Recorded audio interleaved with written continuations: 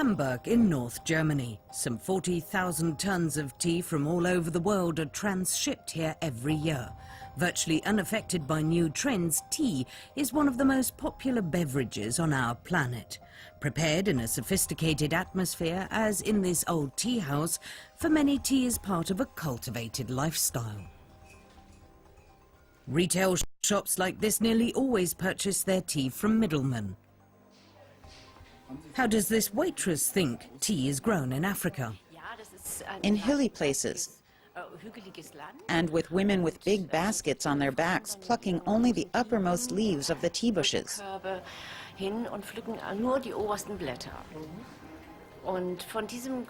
One of those large baskets would yield about 1.5 kilos of the tea we sell here.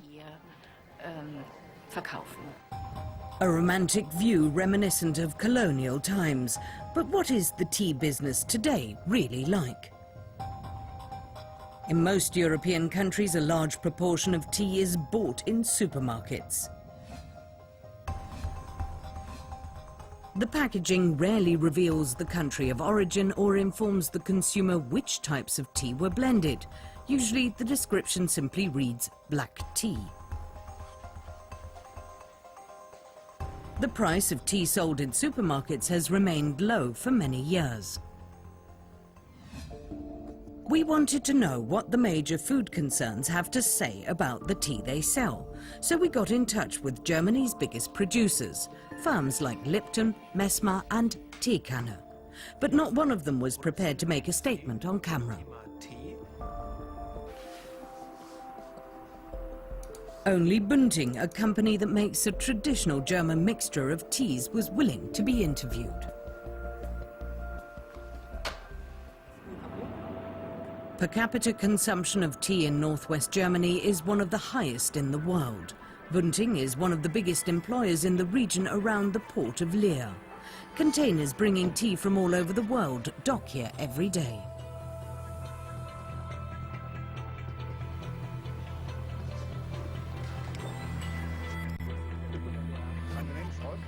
Volker Schulz is works manager at this long-established company. He agrees to show us the warehouse.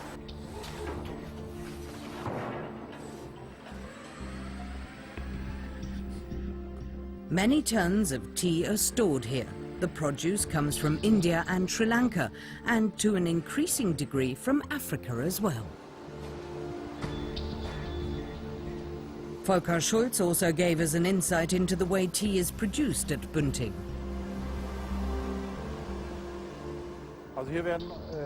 This is where different types of tea are processed for our special blend.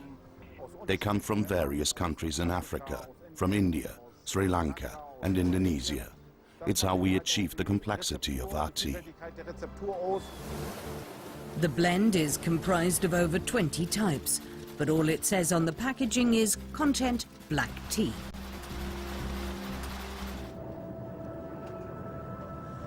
A few years ago, German consumer magazine Ökotest had various tea products tested in the laboratory. Several of them failed. They were heavily contaminated with pesticides. The Bunting and Messmer companies fared particularly badly. Has the situation changed since then?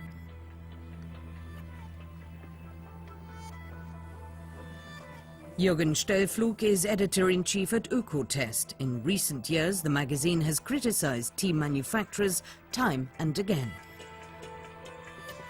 The problems are always the same. Firstly, in some cases, the pesticide contamination is higher than legal limits permit, so some teas should never have been sold. The second problem is that time and again we find a number of different pesticides, sometimes as many as 15 in one and the same tea. And no one really knows the combined effect of these pesticides. With more and more tea coming from Africa, what is the situation there? We know relatively little about tea from Africa, which usually comes from Kenya. That is mainly because tea from Kenya is almost impossible to obtain at retail. Instead, you get black tea blends which contain some Kenyan tea. We wanted to know how Kenya, the new world champion among tea exporters, produces its tea. The internet contains reports on the use of pesticides in tea cultivation, but information on production conditions in East Africa is scanty.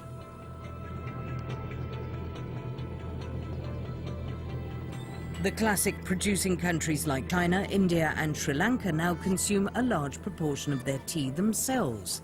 Less and less of it is exported. Conditions in eastern Kenya are ideal for growing tea. Harvesting can take place all year round. Located in the midst of endless tea plantations is the town of Kericho. Kericho is growing relentlessly as more and more people move in from the surrounding area to seek a better life in the tea business.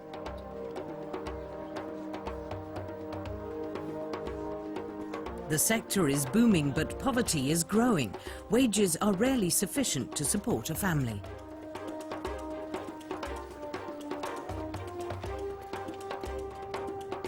What are living and working conditions like on the plantations? Here, there is one tea farm next to another, but the entrances to the plantations are closely guarded and camera teams are unwelcome. Both Lipton Unilever and sector giant Finley's refused to let us film. Why are tea producers so media shy? After we'd spent days trying to arrange an interview or obtain permission to film, Kenya's biggest private tea producer finally allowed us to see behind the curtain. David Martin's family has been in the tea business for over 40 years. This big landowner knows how powerful the international concerns are. The industry is very important for Kenya. It is the largest foreign exchange income for this country. First, it used to be the tourism, it used to be the coffee. Those have dropped down, and now the tea industry has taken over.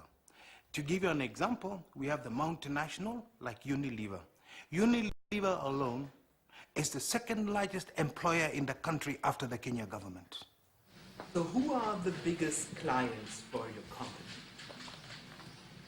So a lot of the black tea we are producing, when it's auctioned in Mombasa, for the Western world, it goes to the UK, it goes to Germany, it goes to France, Spain, Italy.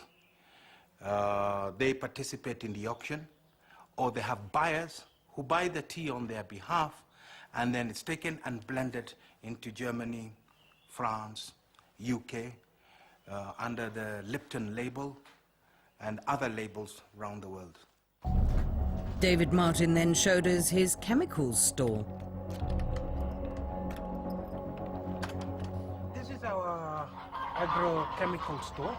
It has to be separate from everywhere else, and using for killing the weeds in the tea bush. Weedle is a brand name for the herbicide glyphosate.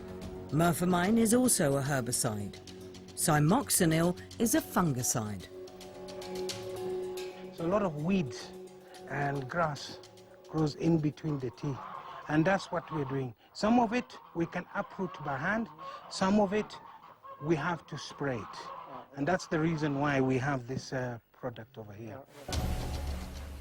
The spraying team, David Martin told us, is in action every day. Today, the men are going to spray glyphosate. This broadband herbicide is suspected of affecting the genome of humans and animals.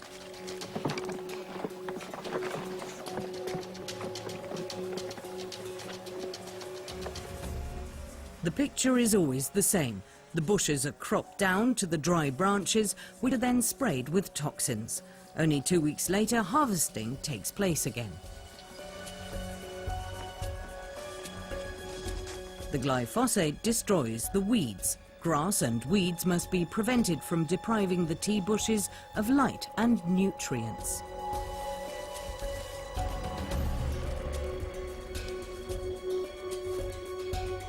A few fields further on, the harvest is underway.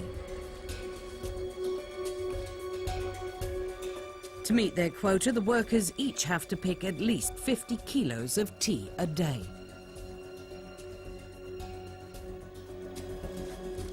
At an altitude of 2,000 meters, they drag the huge sacks around with them for hours. It's back-breaking work. The tea is taken straight from the field to the factory for processing. Over 1,000 people work on this plantation. They live in the humble huts that David Martin provides for them.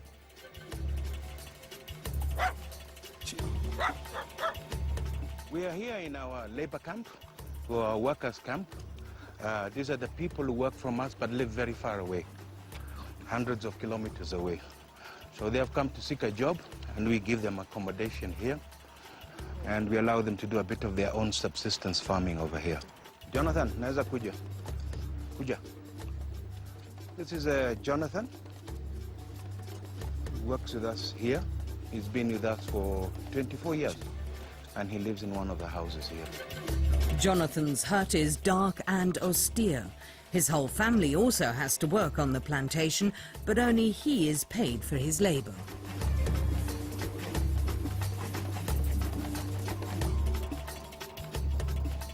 Often more than 8 people live in cramped conditions. There is no running water in the huts. They don't know how to use tap running water. Most of them, in their own homes, they go down to the river to get water. So it's important we keep this outside, because if it's running inside, the water is going to fill up the house. They're going to catch pneumonia, they're going to catch a cold. That means more medical attention. So we normally have the tap water outside to avoid all those problems, but just near their houses. On our way back to Kericho, a crop duster suddenly appears in the sky.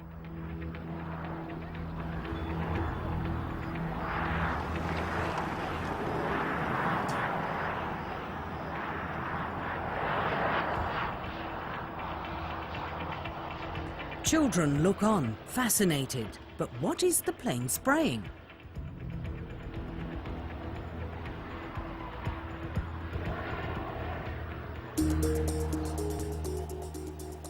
In the center of Kericho, there are numerous small traders selling chemicals of all kinds.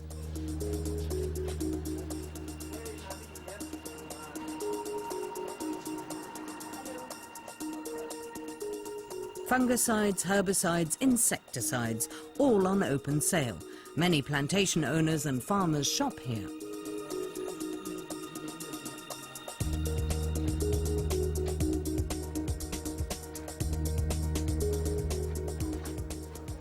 This one is for crops like vegetables, some pesticides. And this side is for livestock. Some farmers can't read, so they depend on the chemical traders for advice. Cyhalothrin is often used. For prevention, you can use it once a month. But for the treatment, you use it more regularly when the pest is on tree. So if it's 2 weeks, you can apply it 2 weeks interval. For prevention, you must use it for a month. Do you think Unilever use the same chemicals in the airplanes like you sell? They use the same, but in large quantities. For the case of pesticides, they use the same. So the same ones, cyhalothrin. The trader recommends using cyhalothrin on a monthly basis, but the company which produces the insecticide advises applying the toxin no more than once every 6 months. What does the use of chemicals imply for those who work with them? At first, no one at the municipal hospital at Kericho was willing to provide information. But then one junior doctor hesitantly told us a couple of things. What is the biggest problem the tea pluckers have? The planes are flying with the chemicals. Yeah, it is possible for human beings to develop such problems because they are inhaling it, most of them unknowingly. Yeah, even those who are outside taste it. The respiratory tract, irritations, and allergies. That was all he was willing to tell us, and we had no chance to talk to patients. Then the team's translator received a phone call. Thank you. Michael, that was a doctor. He had seen us filming at that hospital. So he's requesting, he wants to also talk to us, and in confidence, he doesn't want to be filmed. We arranged to meet him in a remote backyard on the outskirts of Kericho.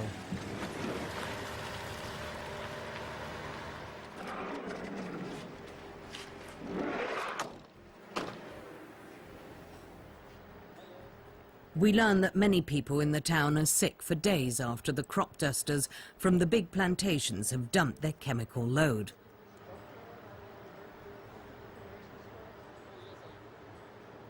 Publish this list, the doctor said. Something has to change. What is it? He mentioned it's from the Unilever medical database, and it looks like a list of diseases and illnesses. There's respiratory, there's digestive system, something called PUD, there's hypertension. Do smaller farms use fewer pesticides? We've come to the Mau plantation.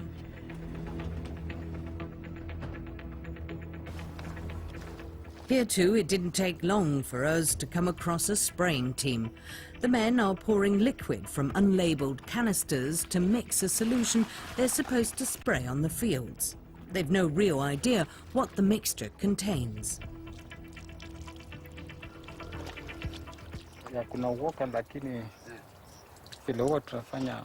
After I've been spraying, I often feel sick.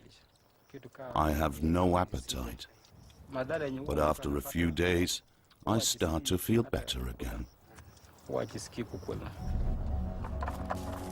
Even though the men suspect that constantly working with toxins can make them ill, they don't want to lose their jobs. You are afraid of the chemicals you are using? Many of the sprayers used to go blind. Now we're only allowed to work with chemicals for 6 months at a time. Then we're replaced. That's much better. Shortly afterwards, Finleys surprisingly agreed to let us film on their plantation after all. Security is paramount and the tea estate is like a fortress. Around 50,000 people live and work here. The company also provides them with medical care.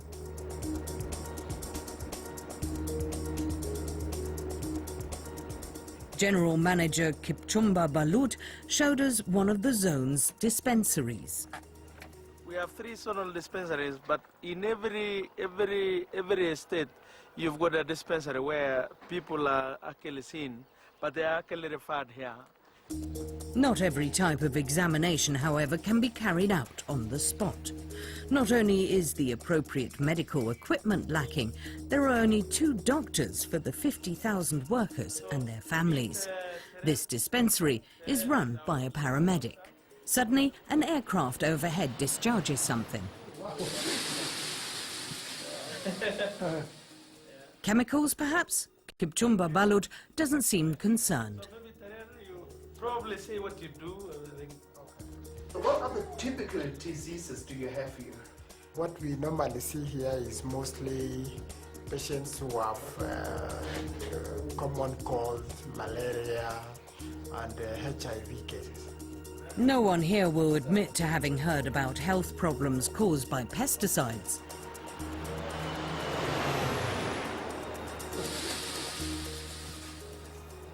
The aircraft sprays the fields around the dispensary time and again. What exactly has the plane got on board? A trip out to the runway should give some indication. This week, ground staff told us it's the turn of fertilizer. Last week, it was pesticides. Tea producers, it seems, have no inhibitions about using chemicals. But is there no other approach? Why do you don't producing organic tea? The market for organic tea is actually restricted. Yes. But if the market was to expand, and then we'll actually expand the area. So we only have up to the 5,000 hectares we got only 130 hectares under organic tea. Were the demand for organic tea greater, there would probably be fewer crop dusters flying over the Kericho region. Back to Germany. We have come to Kiel University Clinic to see one of Germany's top toxicologists, Dr. Hermann Kruse. He wants to inspect the list given to us by the doctor in Kericho. Could the medical problems faced by plantation workers be linked to the use of pesticides?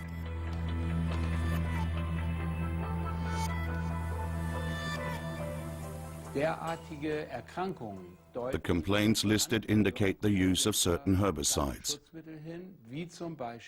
like cyhalothrin, which for one thing has a sensitizing effect on the skin. So people handling it are prone to skin disease. Cyhalothrin can also cause irritation of the eyes. All these medical problems were listed by the doctor and point to the use of cyhalothrin. It appears that glyphosate has also been used. We know from animal experiments that glyphosate damages the salivary glands and attacks the stomach lining. Most importantly, however, animal experiments have also revealed embryotoxic effects. In other words, the embryo in the mother's womb is damaged, and to a substantial degree. To all appearances, many plantation workers are exposed to such pesticides time and again. So how heavily contaminated is the tea which is sold in supermarkets? To find out, we visited a laboratory in the North German city of Bremerhaven, which carries out tests on foodstuffs. Lipton's tea is said to come mainly from Kenya. All other blends are believed to contain leaves from Africa, India and Sri Lanka. The lab tested several well-known varieties and one organic tea for residues of the most common pesticides like glyphosate and cyhalothrin, which are frequently used in Africa. It is not only Kenya. Today, the traditional tea nations, India and Sri Lanka, also use such pesticides in large quantities. So what results did Laboratory Director Dr. Robert Heller come up with? All samples from conventional cultivation were found to contain insecticides and the total herbicide glyphosate. Only the organic tea was free of residues. The Bunting tea contained 4 different insecticides, and there were 3 different insecticides in the Mesmer Classic. The Lipton tea didn't contain any insecticides, although we did find the total herbicide glyphosate. Moreover, glyphosate was present in all the teas, with the exception of the organic tea. The various toxins were all within official German safety limits. Still, the accumulation of the different chemicals and their possible effect in combination give cause for concern. So ultimately, how much toxin finds its way into the body? It is often claimed that those active agents do not enter the actual infusion. But with glyphosate, for instance, up to 30% of the chemical is present when the tea has been brewed. Another visit to Bunting tea. What does tea tester Egbert Kolthoff have to say about the use of chemicals on plantations?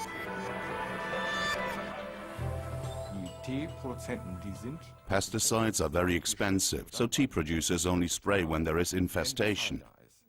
Generally speaking, this is not done preventively, along the lines of we could do some spraying just in case. And if spraying takes place at all, then only selectively. Furthermore, our supplier makes sure that Bunting does not use tea that has been sprayed. We are only supplied tea from unsprayed fields. But when we had several types of tea analysed in the laboratory, his tea was found to contain 4 pesticides. So it was the most highly contaminated type. Well, that's right where conventionally grown tea is concerned. But if you test potatoes, maize or cereals from fields in Germany, you will also find herbicides. This is in line with common practice with conventionally grown produce from monocultures. So much for bunting. And what does Unilever have to say? It produces Lipton tea and advertises with the claim that most of it comes from Kenya. The firm was only willing to comment in writing. It had this to say about the herbicide glyphosate. Like many other agricultural enterprises worldwide, we also use glyphosate as an efficient and approved herbicide. On the subject of working conditions in Kenya, Unilever claims, "Our workers in Kericho are paid more than double the minimum wage in Kenyan agriculture. Staff are provided with free accommodation and receive medical care." So, according to the big companies, the dignified world of tea is in fine shape. Reality often tells a different story.